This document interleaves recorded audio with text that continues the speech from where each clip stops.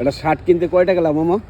50 টাকার ভিতরে পাওয়া যায়। 50টার ভিতরে শার্ট পাওয়া যায়, কিনতে পাওয়া যায়? হ্যাঁ, এই যে শার্টটা ছিঁড়া গেছে, তুমি যদি সেলাই করতেছ, এই সেলাই টিকবো?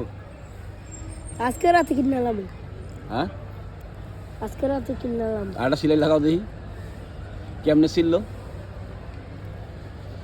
প্রিয় দর্শক দেখেন, আসলে আমরা অনেক সময় কিছু মানুষ খাইতে পারে না, অনেক মানুষ কাপড় চোপড় ঘরে 10 সেট 5 সেট 20 সেট করে কাপড়, আর এর এই শার্টটা ছিঁড়া গেছে, ছিঁড়তে এই যে অবস্থা খারাপ, ও এটারে ব্যান্ডেজ লাগাইছে, সেলাই দিতেছে। কি দিয়ে এটা, কি দিয়ে সেলাই দিতেছে মামা? এটা কি সুতা? তোর আব্বার নাম কি? আচ্ছা, আমি যদি তোমার একটা শার্ট কিনা দেই, শার্টটা পাওয়া যাবে কোথায়? এদিকে পাওয়া যায় বা বাইরে। বাইরে পাওয়া যায়? চলো যাই, বাইরে যাই, একটা শার্ট কিনা দিতে পারবি। হ্যাঁ, 50টা যদি শার্ট পাওয়া যায় তো ভালো জিনিস তো। এই সেলাই দিয়ে কয়দিন টিকবে এই শার্ট কও? তোমার নাম কি?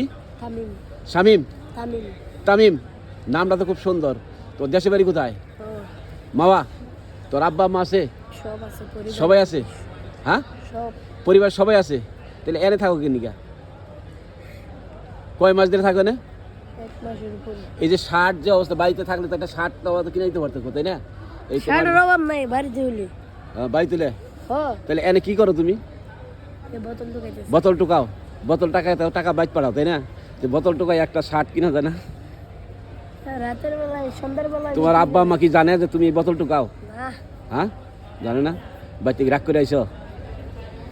রাগ করে আইছো? কয় ইন্দিরা? হ্যাঁ, কয় ইন্দিরা আইছো না? 1 মাসের উপরে।